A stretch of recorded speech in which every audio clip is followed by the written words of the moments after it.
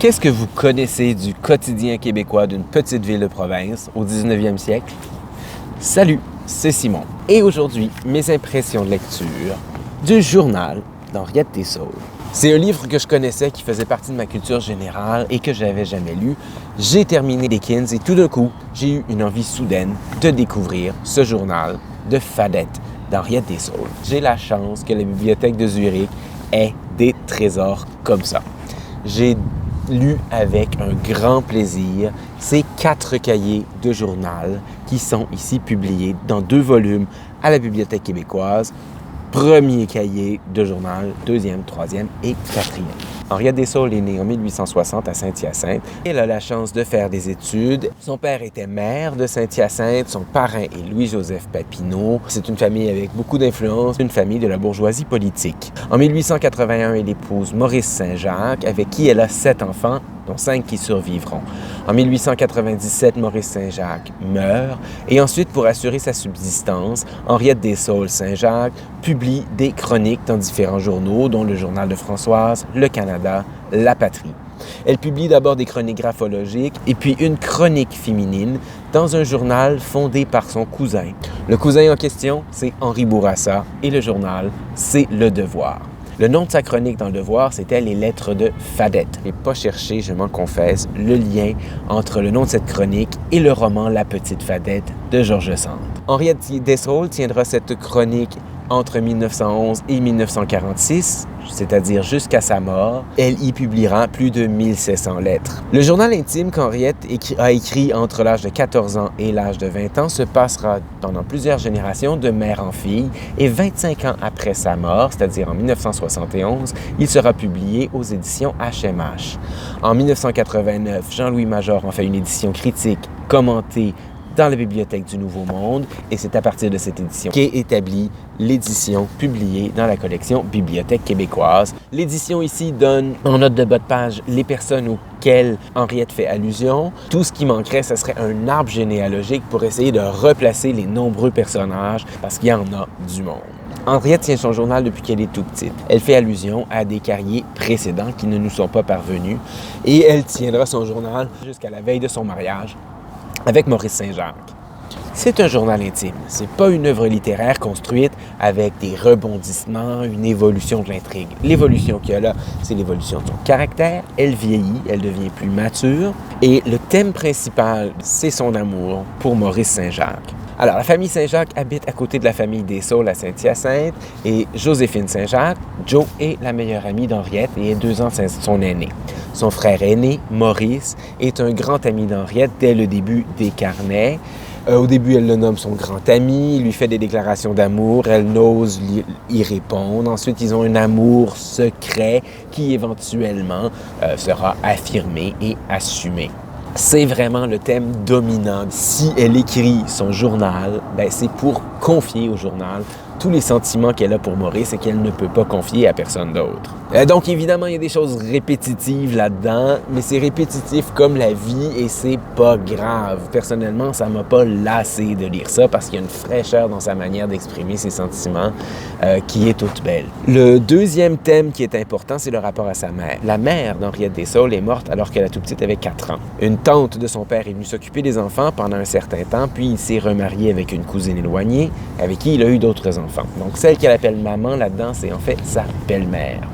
La relation entre les deux est pas très chaleureuse. Souvent, Henriette reproche à sa mère de ne pas être affectueuse, d'être plutôt rigide. Mais par contre, la petite Henriette fait un examen de conscience tout à fait honnête en disant « moi aussi, j'ai pas été correcte avec maman.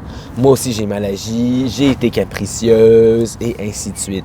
Et cette honnêteté par rapport à son propre comportement, j'ai trouvé ça très beau. Un des problèmes aussi qu'il y a entre la mère et la fille, c'est le rapport aux convenances sociales. La mère trouve pas convenant que la petite s'affiche si ouvertement avec Maurice. Donc, Henriette doit se cacher pour lire les lettres de Maurice. Elle ne peut pas lui écrire, et ainsi de suite. Et ça, c'est une grande source de tension.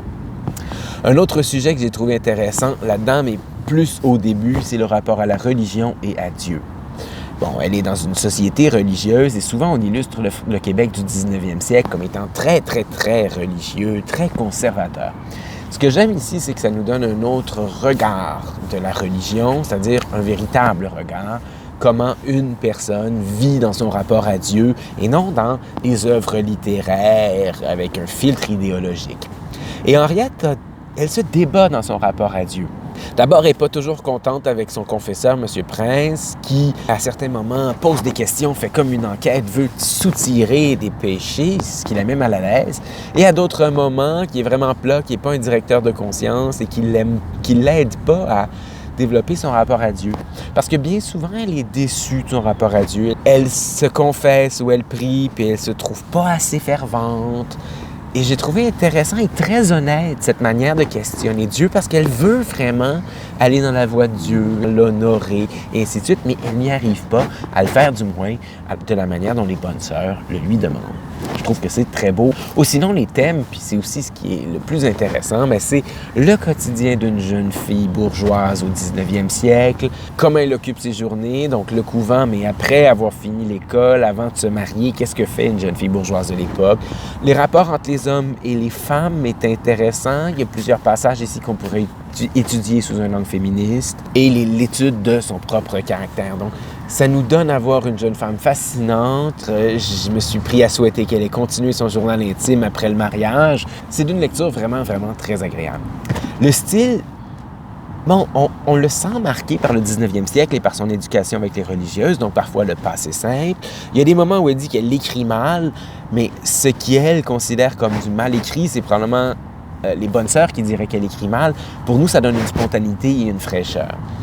Il y a parfois, et moi j'ai beaucoup aimé, des tournures orales qui sont en italique et qui montrent un peu le français oral quotidien de l'époque, comment la bonne parle ou certaines expressions qu'on sent que la petite doit utiliser à l'oral, mais qu'elle n'ose pas écrire dans son journal. Et ça, je trouve que c'est un regard sur l'évolution linguistique du Québec qui est très intéressant. Il y a plein de passages que j'ai envie de vous lire, mais là, on dirait qu'il commence à pleuvoir. Alors, le 28 novembre 1874, elle a 14 ans, et elle dit « Ce fut détestable au couvent. Maîtresses d'anglais, de musique et de français s'unirent en un accord touchant pour me gronder, ce qui me mit d'une humeur. Au sortir de cet enfer, je rencontre Joe qui me force à entrer chez elle. À ma surprise, j'y rencontré Maurice, à qui j'aurais volontiers sauté au cou si nous étions des sauvages. Mais les convenances, mademoiselle, c'est un garçon et on n'embrasse pas ça des garçons. Pourquoi? Fais-y voir. Ordinairement, c'est parce qu'ils sont si laids. Mais quand ils sont gentils, comme lui. Ici, on a un passage où elle montre où il y a une grande franchise dans l'étude de son propre caractère. Maurice a failli partir pour Québec avec Gaspard, qui retournait à l'université. J'ai été 5 jours sous cette triste impression, puis tout s'est arrangé pour moi et dérangé pour lui qui a si hâte de commencer ses études de droit. Je suis contente parce que je suis une égoïste qui me réjouit de ce qui doit désappointer Maurice. Je dis « doit » car je ne l'ai pas vu et à Joe qui m'a informé de tout cela, je ne fais jamais de questions. Elle a le défaut de dire les faits et de ne jamais parler des impressions des gens. Moi, je n'attache d'importance qu'aux impressions ou aux faits en autant qu'ils affectent les sentiments de ceux que j'aime. Joe écrit son journal et elle me le laisse lire. Ce sont d'amusantes petites histoires sur ce qu'elle fait ou ce qu'elle a vu faire. Elle me reproche de ne pas lui laisser voir mon journal et ne comprend pas pourquoi. Je refuse en disant « Oh, moi, j'écris pour moi toute seule. » Je ne lui explique pas que c'est mon âme qui tient la plume et qu'il est impossible de lui laisser lire mon âme. J'aime ici la réflexion sur son propre caractère, mais aussi le rapport au projet de journal. Et justement, par rapport au journal, elle écrit le 27 décembre. Je vous lis un dernier passage qui est très significatif de son caractère assez frondeur et de sa remise en question des rapports traditionnels entre les hommes et les femmes. Elle est invitée à un bal ou à une soirée dans la famille du juge Sicotte et elle a eu une conversation avec le juge. La soirée fut agréable. J'ai eu une discussion avec le juge. Il prétendit, avec son emphase ordinaire et son air le plus pontif, qu'une femme qui sait lire, écrire et compter un peu en sait suffisamment pour être une bonne maîtresse de maison et une épouse parfaite. Parfaite pour un mari imbécile, fis-je étourdiment. Il lève les sourcils dans un étonnement comique à voir, me regarde bien pour s'assurer de ma hardiesse et reprend son ton lent et solennel pour soutenir son idée. Je riposte avec beaucoup de feu et il me regarde comme s'il ne m'eût jamais vu.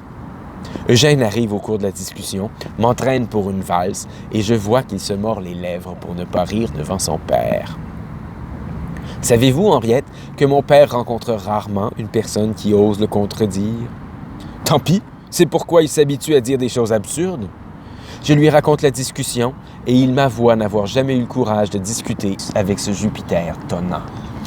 Ici, vous voyez le style, donc des passés simples, les convenances de l'écriture telle qu'au 19e siècle, mais quand même quelque chose de frais dans le ton, quelque chose de limite arrogant un peu quand elle juge, son ton pontif, mais surtout cette franchise qu'elle a, cette remise en question qu'elle fait des rapports entre les hommes et les femmes, ou du moins du rôle qu'on fait tenir traditionnellement à la femme. Henriette Dessaulles, personnage fascinant de la fin du 19e siècle et surtout du début du 20e siècle, une autre femme de lettres à découvrir. En montant cette capsule que j'ai tournée il y a quelques semaines, j'ai vraiment eu envie d'aller jeter un coup d'œil et de lire les lettres de Fadette. Entre 1914 et 1922, il y a eu 5 volumes d'une sélection des lettres de Fadette qui ont été publiés. Vous pouvez les trouver sur le site de Bibliothèque et Archives nationales du Québec et j'ai trouvé un autre lien par la suite que je vous mets en description. Mais j'ai trouvé ces lettres-là si belles, si bien écrite et si touchante que j'ai eu l'idée d'un nouveau projet. En cette période de pandémie et d'isolement, peut-être que ça ferait du bien de parler d'autre chose que de virus. Alors j'ai décidé que chaque jour, je vais vous lire une lettre de Fadette. J'ai créé une nouvelle liste de lecture intitulée Lettres de Fadette. Vous pouvez vous abonner, activer les notifications et à chaque jour, dans YouTube, vous aurez la petite cloche en haut qui vous annoncera l'arrivée d'une nouvelle lettre de Fadette. Bonne lecture!